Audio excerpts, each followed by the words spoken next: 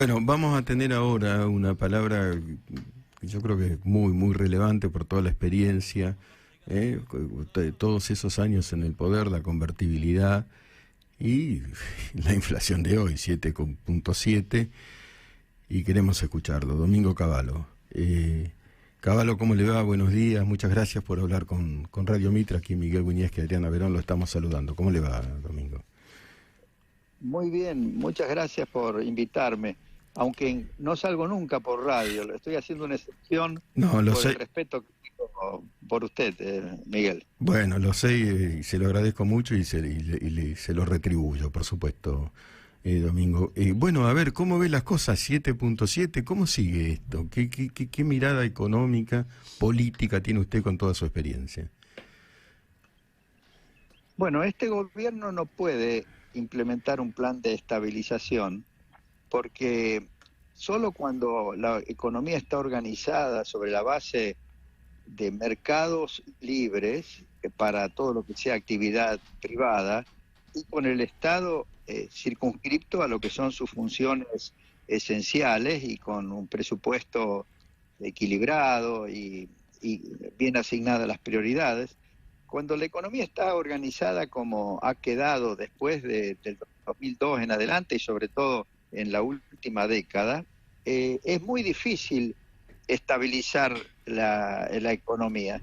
Por lo tanto, recién cuando cambie el gobierno, si es que viene con ideas más avanzadas de crear una economía libre para todo lo que sea la actividad privada y una economía bien planificada y bien controlada para todo lo que sea la actividad pública y que no haya interferencias del Estado en todo lo que es la operatoria de los mercados, recién ahí se va a poder estabilizar.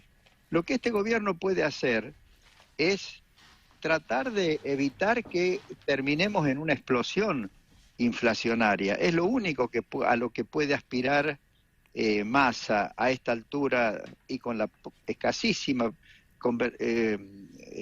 la escasísima confianza que inspira este gobierno, ¿no?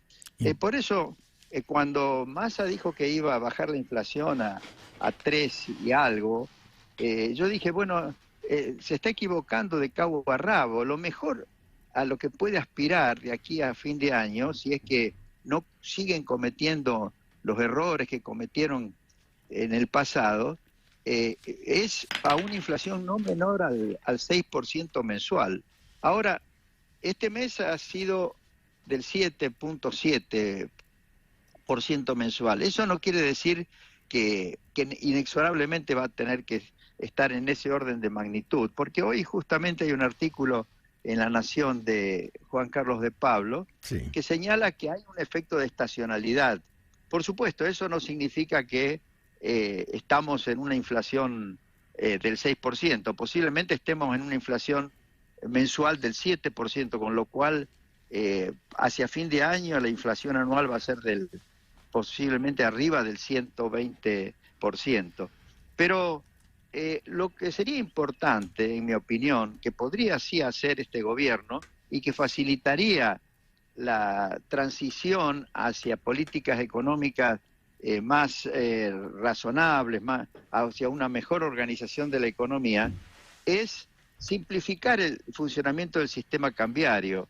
Por ejemplo, esto de que ahora hay un montón de tipos de cambios diferentes en el mercado comercial, digamos así, para las Sí. exportaciones, las importaciones. Bueno, eso tendría que unificar, tendría que haber un solo tipo de cambio comercial. Y con respecto a los tipos de cambio no comerciales, los que se aplican a transferencias, a cuestiones financieras, a turismo, también hay varios tipos de cambio, e incluso con una gran intervención del Banco Central, lo cual lo hace totalmente impredecible. Yo creo que ahí tendrían que dejar que funcione un mercado libre para todas esas transacciones, ¿no? Entonces ahí conoceríamos la realidad de lo que la gente piensa respecto del tipo de cambio, ¿no? Se asustan porque dicen, uy, a lo mejor eso aumenta la brecha. Pero si Sí. aumenta la brecha es porque la gente predice malas políticas hacia adelante. En realidad, cuando se anuncien buenas políticas, la brecha se va a ir cerrando sola y entonces va a ser más fácil pensar en una unificación del mercado cambiario, que es una precondición para poder pensar en un plan de estabilización. Por supuesto, eso no va a ocurrir con este gobierno, pero ojalá pueda hacerlo el próximo gobierno. Yo creo en ese sentido que hay buenos economistas que están asesorando a los candidatos de Juntos por el Cambio, y también están las ideas de Milei, que si cuando empiecen a combinarse para formar un buen equipo económico para un futuro gobierno, yo creo que hay esperanza de que entonces sí se pueda estabilizar y lograr algo como lo que se logró con la convertibilidad, es decir, que desaparezca la inflación y que tengamos muchos años de estabilidad, ¿no? Fueron 10 años Eso es prácticamente de importante. estabilidad, ¿no? Con la convertibilidad. Claro, claro. Pero yo no estoy diciendo que necesariamente se vuelva a la convertibilidad, pero hay varias formas de lograr ese mismo efecto. Por ejemplo, en Perú Sí. lo lograron desde Fujimori en adelante y se mantiene hasta ahora A con pesar un del caos sistema político en Perú. monetario. Hay un caos político, pero económicamente, Hay un caos político, pero la economía, fíjese, sí. ayer lo encontré justamente acá en Washington a Julio Velarde. Julio Velarde es el presidente del Banco Central de Perú, que está desde el año 2005. Han cambiado los presidentes, ha habido una inestabilidad política tremenda, pero el manejo de la política monetaria está en manos del Banco Central, que actúa como un banco central independiente y que tiene un muy buen y experimentado presidente, Julio Velarde. Sí. ¿Qué es lo que han logrado ellos? En realidad empezó desde la época de Fujimori. Cuando nosotros lanzamos la convertibilidad, ellos no tenían suficientes reservas como para hacer algo como lo que hacíamos nosotros aquí. Y estaban muy dolarizados, lo mismo que estábamos nosotros, ¿no? O incluso más dolarizado todavía. Ellos dejaron que el dólar funcione como moneda y trataron de hacer una política fiscal y monetaria que fuera devolviéndole confianza al sol. Y Sí. bueno, les llevó mucho tiempo, pero finalmente la gente se acostumbró a manejarse con dólares y con soles. Y como el sol empezó a estabilizarse con respecto al dólar, bueno, empezaron a utilizar cada vez más el sol sin que prohibieran para nada la utilización del dólar.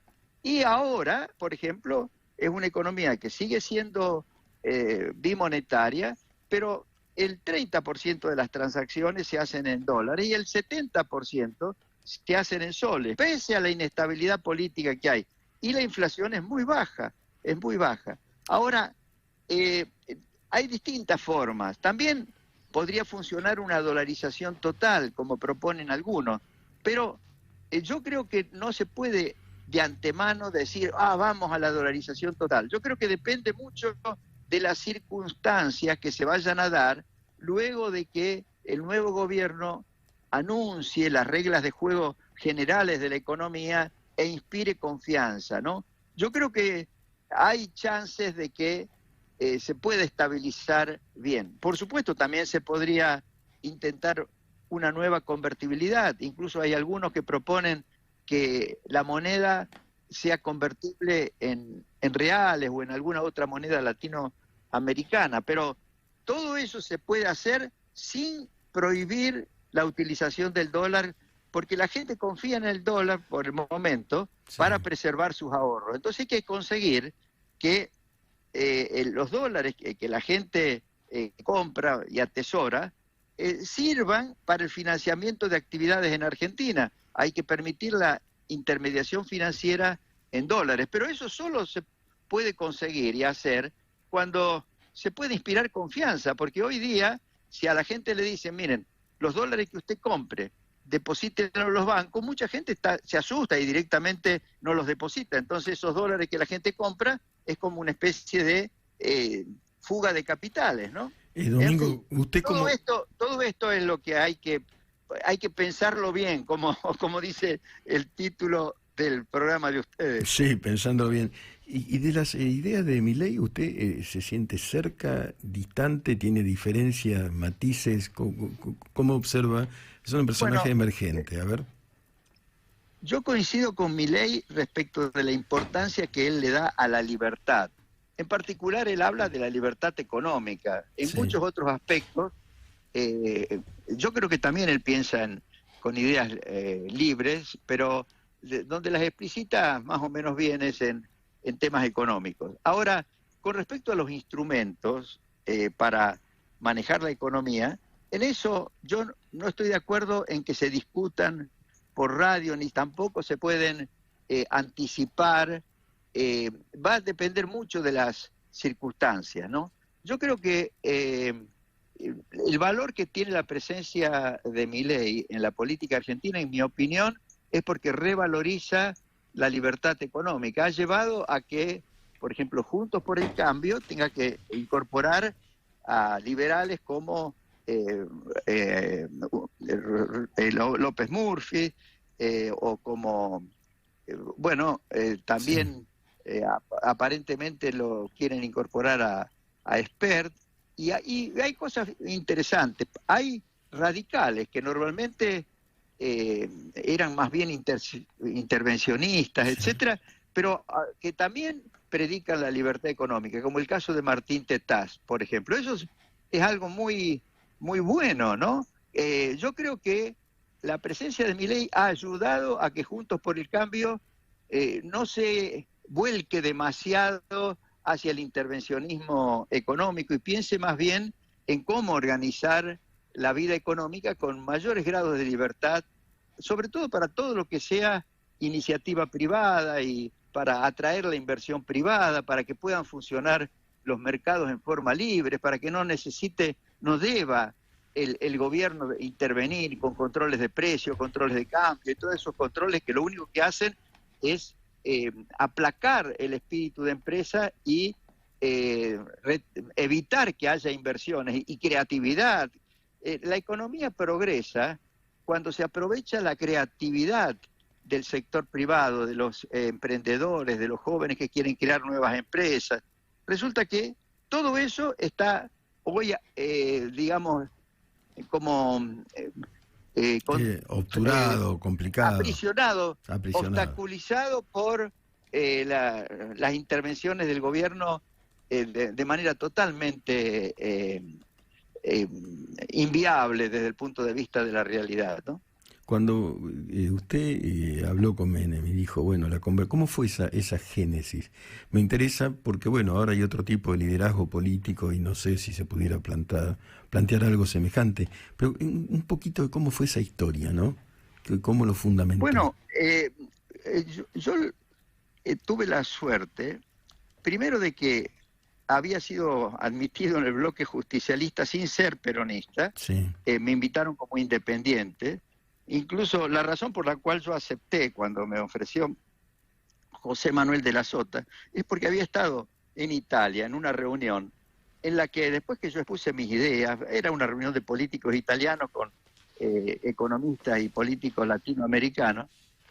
Uno de los políticos italianos, un hombre mayor, peladito, dice, ¿cómo es el señor Cavallo? Y me empezó a elogiar lo que yo había dicho. Y al lado mío estaba un ex compañero mío en la Universidad de Harvard, Luigi Spaventa, que era profesor de la Universidad de Roma.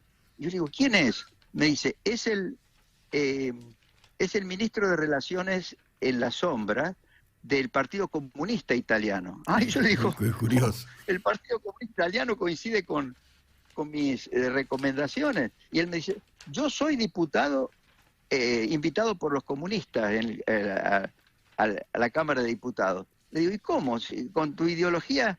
Sí, dice, porque el comunismo italiano quiere modernizar su pensamiento y entonces ha invitado a gente independiente como yo y yo estoy colaborando. Por eso ese hombre que acabas de escuchar coincidió con lo que vos habías planteado, que iba en la dirección de la libertad económica, ¿no? Entonces, yo volví de esa reunión. Hasta ese momento no le había aceptado a De la Sota la propuesta de ser candidato independiente.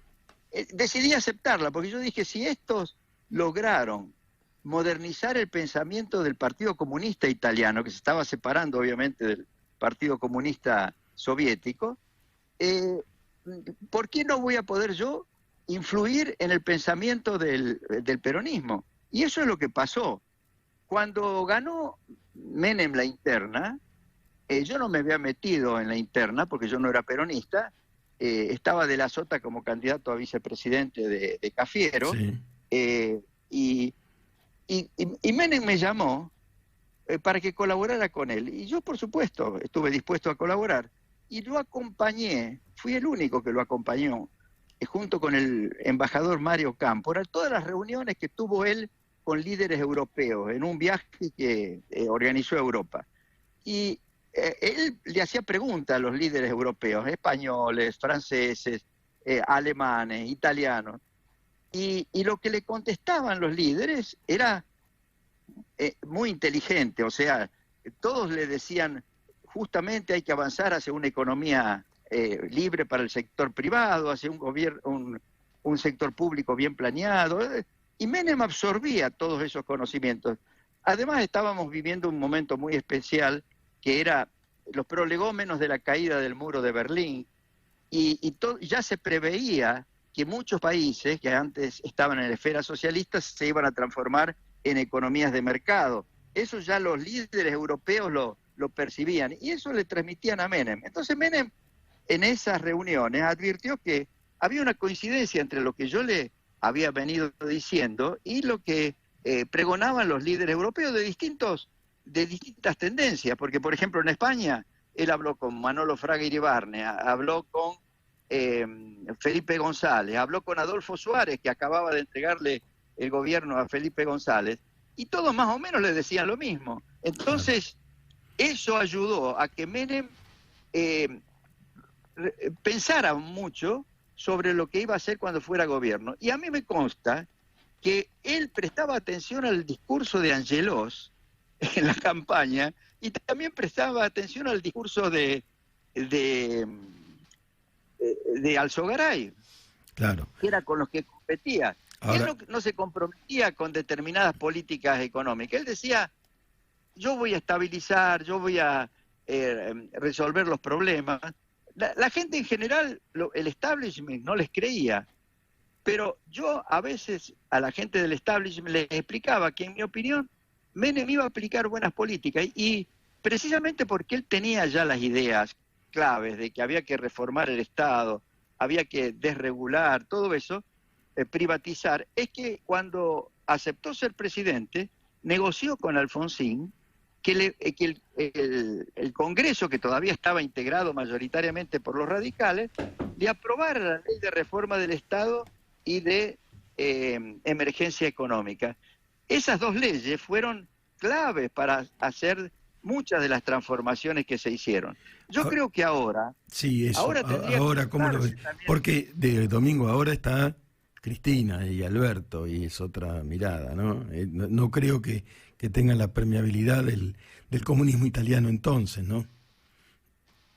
Bueno, pero Cristina y Alberto, en mi opinión, cada vez cuentan menos. Perdóneme que le diga. Yo creo que hay un desprestigio de ellos muy grande, ¿no? Me parece que el que quiere tener futuro político, sí, pero yo creo que no sé si lo va a conseguir, pero es Massa, obviamente, que cuyas ideas no son las de Cristina ni son las de... Bueno, Alberto no, lamentablemente ha demostrado no tener ideas, pero ahora Massa está enredado en este gobierno, obviamente, y le va a ser difícil zafar.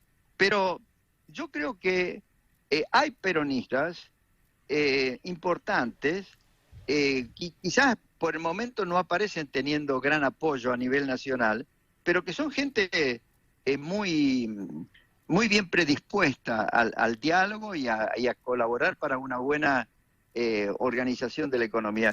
El gobernador de mi provincia... le iba a preguntar por él mismo, ejemplo, claro. Sí, es un gran dirigente. Fue secretario de Industria cuando yo era ministro y colaboró conmigo en la Cancillería. Después tuvo toda una carrera y ha pasado dos periodos de gobernador de Córdoba, después de otros 2 periodos de... Y bueno, por ejemplo, y hay varios otros gobernadores que a mí me parece que peronistas que son y dirigentes. Bueno, el mismo Pichetto tuvo una actitud de colaborar con el PRO, con Macri, a punto tal de que aceptó la candidatura a vicepresidente. Yo creo que todo eso, y me parece que si bien ahora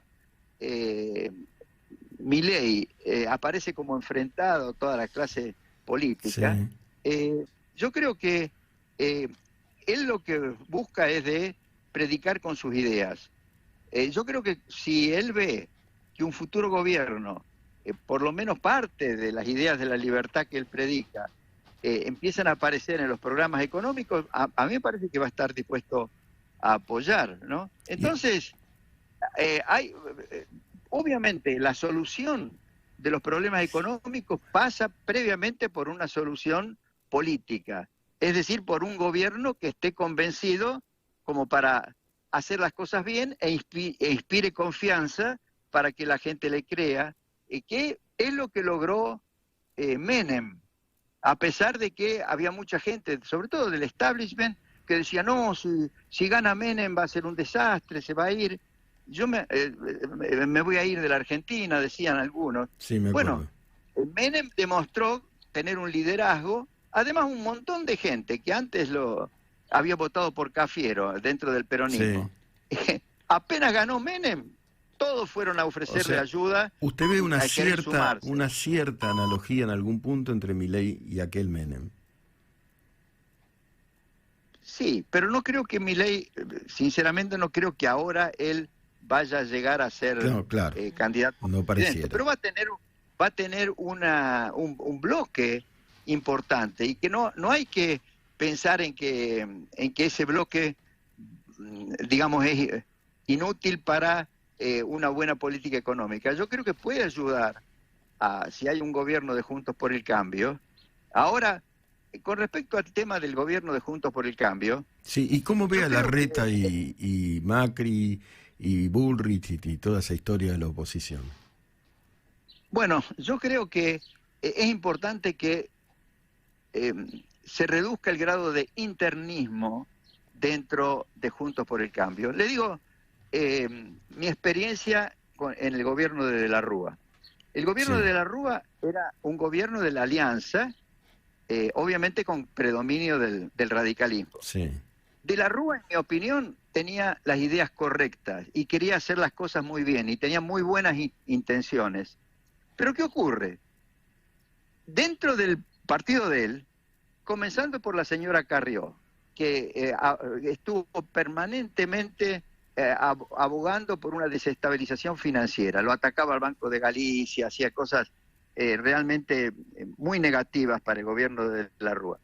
Y otros, y diputados o dirigentes, como por ejemplo que Moró, ¿no? Que estaba dentro del radicalismo, y muchos que se escondían detrás de Alfonsín, estaban totalmente en contra de las ideas de la Rúa y de lo que quería hacer de la Rúa. Y ellos boicotearon el gobierno de la Rúa.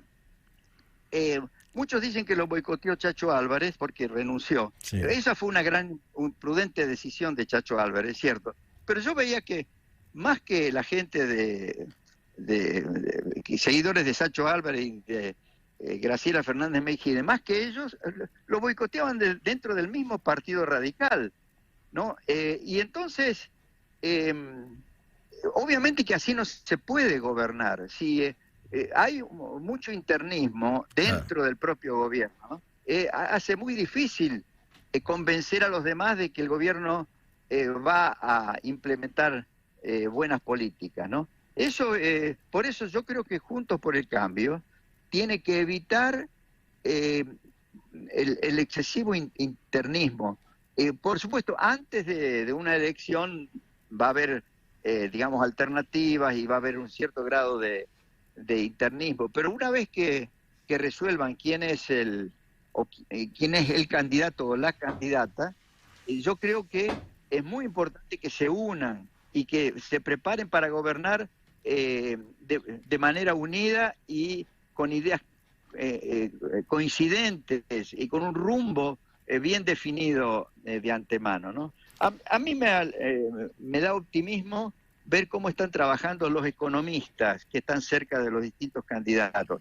Todos están trabajando con mucha sensatez y con buena profesionalidad. Por supuesto, también hay competencias, pero yo creo que esta vez van a estar mucho mejor preparados que lo que estuvieron cuando asumió Macri en el 2015. En el 2015, lamentablemente, porque en realidad dejaron de lado a gente con experiencia y se sumaron muchos que no tenían experiencia, subestimaron las dificultades que iban a encontrar y que tenían que encarar, ¿no? Yo creo que ese fue un problema del gobierno de Macri, pero yo creo que ahora es perfectamente posible que puedan evitar ese defecto. Es lo mismo que el tema de atomizar el Ministerio de Economía. El mismo Macri, claro, en los libros que ha escrito, reconoce que hubiera sido necesario tener un ministro de Economía fuerte que digamos, coordinara todas las áreas económicas del gobierno, ¿no? Eso es fundamental, pero me acuerdo que cuando hacía campaña en aquella época decía, yo no quiero un Cavallo, pero no por mis ideas, sí, sino porque dice que yo tenía demasiado poder dentro del gobierno de la Rúa. Perdón, dentro del gobierno sí, de Menem, ¿no? Correcto. Y en realidad, Menem nunca sintió que yo le pasara por arriba. ¿Sí? Menem se sentía tan seguro de sí mismo como dirigente político que me veía a mí como el ministro de Economía que le podía ayudar a resolver el problema económico. Domingo Cavallo, le agradezco de verdad este rato, le agradezco su frontalidad y yo y muchos otros no olvidamos el coraje que tuvo para denunciar a Yabrán, entre otras cosas. Le mando un abrazo muy grande y muchas gracias. Bueno, muy bien. Un abrazo, Miguel.